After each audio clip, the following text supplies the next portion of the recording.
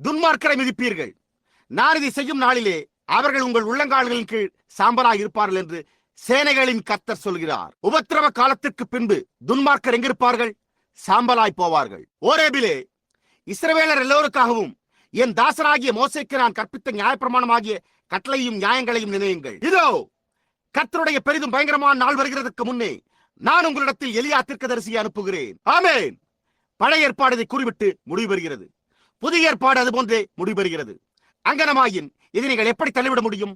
அவித முடியாது. பாருங்கள், அந்த நாள் வருகிறதற்கு முன்னே நான் உங்களிடத்தில் எலியா தீர்க்கதரிசியை அனுப்புகிறேன். நான் வந்து பூமியை சங்காரத்தால் அடிக்காதபடிக்கு அவன் பிதாக்களுடைய இருதயத்தை பிள்ளைகளிடத்திற்கும் பிள்ளைகளுடைய இருதயத்தை அவர்கள் பிதாக்களிடத்திற்கும் திருப்புவான். அங்குதான் காரியம். அது கர்த்தருடைய வார்த்தையாகும். அவர் அனுப்புவதாக வாக்களித்துள்ளார். அது வந்தாக வேண்டும். அது இப்பொழுது எவ்விதம் சம்பவிக்கிறது என்பதை நீங்கள் கவனிப்பீர்களேயானால் நலமாயிருக்கும். தேவன் அதை எப்படி செய்கிறார் என்பது காண்பதற்கு அழகாய் உள்ளது. முதலாவதாக மணவாட்டியோ மணவாளனோடு செல்கிறாள். அதன் பின்னர் துன்மார்க்கர் அவியாத அக்கினியில் எரிந்து போவார்கள். உலகம் சுத்திகரிக்கப்பட்ட பின்னர் அது மறுபடியும் உண்டாகிறது. அனைத்தும் அப்பொழுது சுத்திகரிக்கப்படும். ஒவ்வொரு காரியமும் ஒரு சுத்திகரிப்பு நிலையினூடாக செல்ல வேண்டும். மகத்தான அந்த கடைசி தருணத்தில் எரிமலைகள் குழம்பை கக்கும். உலகமே பிளந்து போகும். பாவம் என்னும் சாக்கடை குழியும் பூமியின் மேல் காணப்படும் யாவும் ஒன்றுமில்லாமல் உருகி போகும். ஒரு துளி மையின் நிறம் வெண்மையாக்கும் திரவத்தில் விழும்போது எவ்வாறு மறைந்து மூல நிலைக்கு திரும்புகிறதோ அவ்வாறே அது அப்பேற்பட்ட கடுமையான தீயினால் எரிந்து போகும். தேவனிடத்திலிருந்து வரும் அக்கினி மிகவும் உக்கிரமாய் இருக்க அசுத்தமாய் இருக்கும் எல்லா பொருட்களும் எரிந்து போய் அதன் மூல நிலைக்கு திரும்பும். அப்பொழுது சாத்தானும் பாவத்துடன் கூட எரிந்து போவான். அப்பொழுது உலகம் புதுப்பிக்கப்பட்டு ஏதேன் தோட்டத்தின் அழகை போன்று விளங்கும். சரி, அந்த மகத்தான நேரம் நமக்கு முன்னால் காத்துக் கொண்டிருக்கிறது. உபத்திரவ காலத்தில் இப்பொழுது நான் இங்கே கூறப்போவதை நீங்கள் கூர்ந்து கவனிக்க வேண்டும் என்று நான் விரும்புகிறேன். மணவாட்டி எடுக்கப்பட்ட பின்பு சபையானது உபத்திரவ காலத்துக்குள்ளாக பிரவேசிக்கும் சமயத்தில் வெளிப்படுத்தின விசேஷம் 11 கூறப்பட்ட 2 சாட்சிகள் 1,44,000 பேரை அழைப்பார்கள். இப்பொழுது கவனியுங்கள். இவ்விரண்டு சாட்சிகளும் ரெட்டுடுத்தி 1260 நாட்கள் தீர்க்க தரிசனம் உரைப்பார்கள். ரோமரால் உண்டாக்கப்பட்ட கால அட்டவணையில் 28, 30, 31 நாட்கள் மாறி மாறி வருகின்றன. ஆனால் உண்மையான கால அட்டவணையில் ஒவ்வொரு மாதத்திற்கும் 30 நாட்கள் மட்டுமே உண்டு. சரி, 1260 நாட்களை 30ஆல் வகுத்தால் சரியாக 3.5 வருடம் கிடைக்கின்றது. என்ன கிடைத்தது என்று பார்த்தீர்களா? மேசியாவின் செய்தி இஸ்ரவேலுக்கு பிரசங்கிக்கப்பட அளிக்கப்பட்ட சமயம் அதுதான். முன்பு இருந்ததைப் போலவே அவர் வந்து தம்மை ஒரு அடையாளமாக வெளிப்படுத்தும் போது நிகழும் காரியம். யோசேப்பு ஒரு ஆவிக்குரிய மனிதன் என்னும் காரணத்தால் தன் சகோதரர்களால் புறக்கணிக்கப்பட்டு வேறு தேசத்திற்கு கொண்டு செல்லப்பட்டான். அவனால் தரிசனம் கண்டு சொப்பனத்தின் அர்த்தத்தை வியாக்கியானிக்க முடிந்தது. அவன் அவ்வாறு செய்தபடியால் ஏறக்குறைய 30 வெள்ளிக்காசுக்கு விற்கப்பட்டு வேறு தேசத்திற்கு கொண்டு செல்லப்பட்டான். கிறிஸ்துவின் ஆவி அவனுக்குள் வாசம் செய்ததால் அவன் கிறிஸ்துவுக்கு சரியான முன்னடையாளமாயிருந்தான். அதன் பின்னர் என்ன சம்பவித்தது என்பதை கவனியுங்கள். அவன் சிறையிலிடப்பட்டான். அங்கு ஒருவன் ரட்சிக்கப்பட்டான், மற்றவன் கைவிடப்பட்டான். அவ்வாறே இயேசுவும் சிலுவையாகிய சிறையில் இருந்தபோது சரியாக ஒரு கள்ளன் ரட்சிக்கப்பட்டான், மற்றவன் கைவிடப்பட்டான். சரியாக யோசேப்பு மரித்தவனைப் போல குழியிலே வீசப்பட்டு பின்னர் தூக்கி எடுக்கப்பட்டு பார்வோனின் வலது பாரிசத்தில் வீற்றிருந்தான். எவரும் யோசேப்பை முதலில் காணாமல் பார்வோனை காண முடியாது. அவ்வாறே இயேசு தேவனுடைய வலது பாரிசத்தில் வீற்றிருக்கிறார். குமாரனின் மூலமே அன்றி எந்த மனிதனும் பிதாவினிடத்தில் வர முடியாது. சரி, யோசேப்பு சிங்காசனத்தின் வலதுபுறத்தை விட்டு எழுந்த ஒவ்வொரு முறையும் கவனியுங்கள். மகிமை. யோசேப்பு பார்வோனின் வலது பாரிசத்தில் வீற்றிருந்தான்.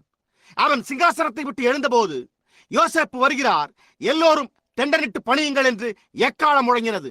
ஆட்டுக்குட்டியானவர் மத்தியஸ்த ஊழியத்தை முடித்து சிங்காசனத்தை விட்டு புறப்பட்டு மீட்பின் புஸ்தகத்தை எடுத்துக்கொண்டு வரும்போது முழங்கால் யாவும் அவருக்கு முன்பாக முடங்கும். அதோ அவர் அங்கே இருக்கிறார். கவனியுங்கள். தன்னுடைய சகோதரரால் புறக்கணிக்கப்பட்ட யோசேப்பிற்கு புறஜாதி மனைவி அளிக்கப்பட்டாள். போத்திபிரா அவனுக்கு அளிக்கப்பட்டாள். அல்லது பார்வோன் அவனுக்கு புறஜாதி மனைவியை அளித்தான். யோசேப்பு பாதி புறஜாதியும் பாதி யூதனுமாகிய 2 புறஜாதி பிள்ளைகளை பெற்றான். அவர்கள் ஒரு பெரிய அடையாளத்தை அளிக்கின்றனர். யோசேப்பின் குமாரராகிய எப்ராயிம் மனேசே இவர்கள் யாக்கோப்பினிடத்திற்கு கொண்டு வரப்பட்ட போது அவன் கைகளை குறுக்கிட்டு இளையவனுக்கு ஆசீர்வாதத்தை அளித்தான். இவ்விருவரும் 12 கோத்திரத்தில் சேர்க்கப்பட்டனர். ஏனெனில் அப்பொழுது 10 கோத்திரங்கள் மட்டுமே இருந்தன. யாக்கோப்பு தன்னிலே அவர்களை ஆசீர்வதித்தான். யோசேப்போ அங்கு நின்று கொண்டு, தகப்பனே, நீர் தவறு செய்து விட்டீர். உமது வலதுகார ஆசீர்வாதத்தை மூத்தவனுக்கு அளிப்பதற்கு பதிலாக இளையவனுக்கு அளித்து விட்டீர் என்று கூறினான். அதற்கு யோசேப்போ, என் கைகள் குறுக்கிடப்பட்டதை நான் அறிவேன், ஆனால் தேவன் அவர்களை குறுக்கிட பண்ணினார் என்று கூறினான். ஏன்?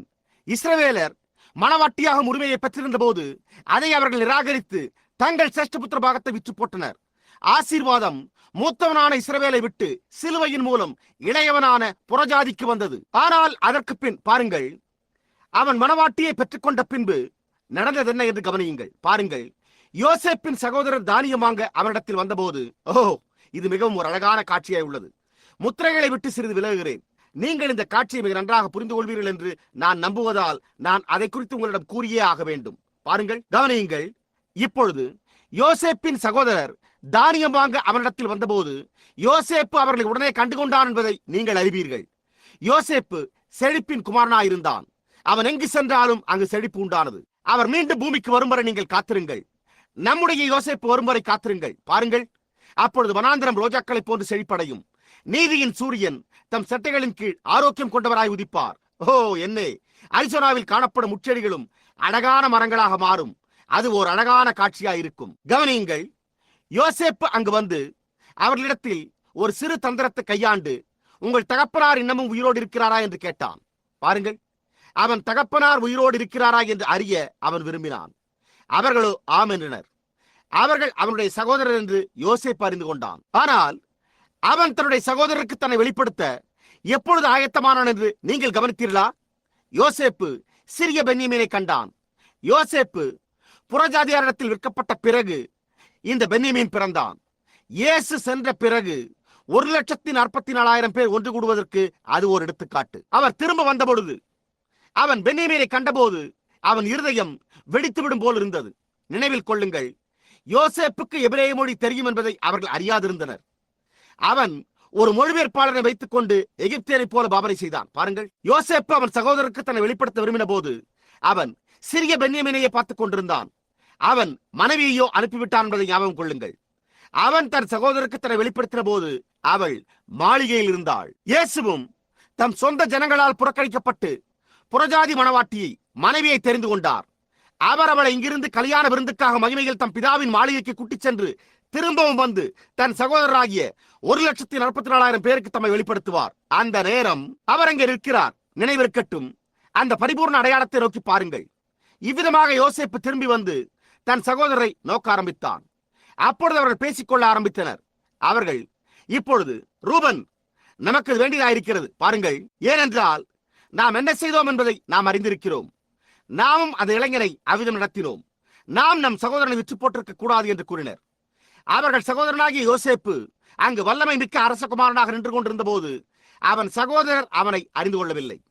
அந்த காரணத்தினால்தான் இஸ்ரவேலரால் அவரை இன்றைக்கும் அறிந்து கொள்ள முடியவில்லை. அவரை அறிந்து கொள்ள வேண்டிய சமயம் இன்னும் வரவில்லை. அப்பொழுது யோசேப்பிற்கு எபிரேய மொழி புரியாது என்று அவர்கள் நினைத்தனர். ஆனால் அவனோ அவர்கள் பேச்சை சரியாக கவனித்துக் கொண்டிருந்தான்.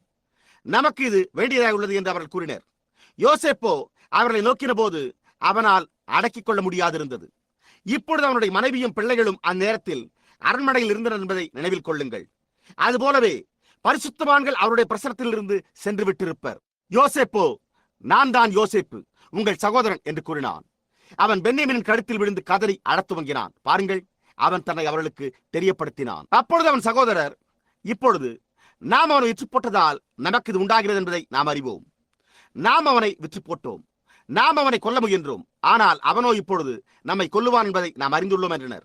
ஆனால் யோசேப்பு, நீங்கள் ஒன்றுக்கும் பயப்பட வேண்டாம், உங்கள் ஜீவனை காப்பதற்கென தேவனை முன்கூட்டி அனுப்பினார் என்றான். நாம் கண்ட விதமாக வேதம் கூறுகின்றபடி அவர் தம்மை அவர்களுக்கு தெரியப்படுத்தும் போது இயேசு 1,44,000 பேரான இன்றுள்ள சிறிய பென்யமீனுக்கு அங்கு விடப்பட்ட மீதியான யூதர்களுக்கு தம்மை வெளிப்படுத்தும் போது அவர்கள், உம் கைகளில் இருக்கிற இந்த வடுக்கள் எங்கிருந்து பெற்றுக்கொண்டீர்?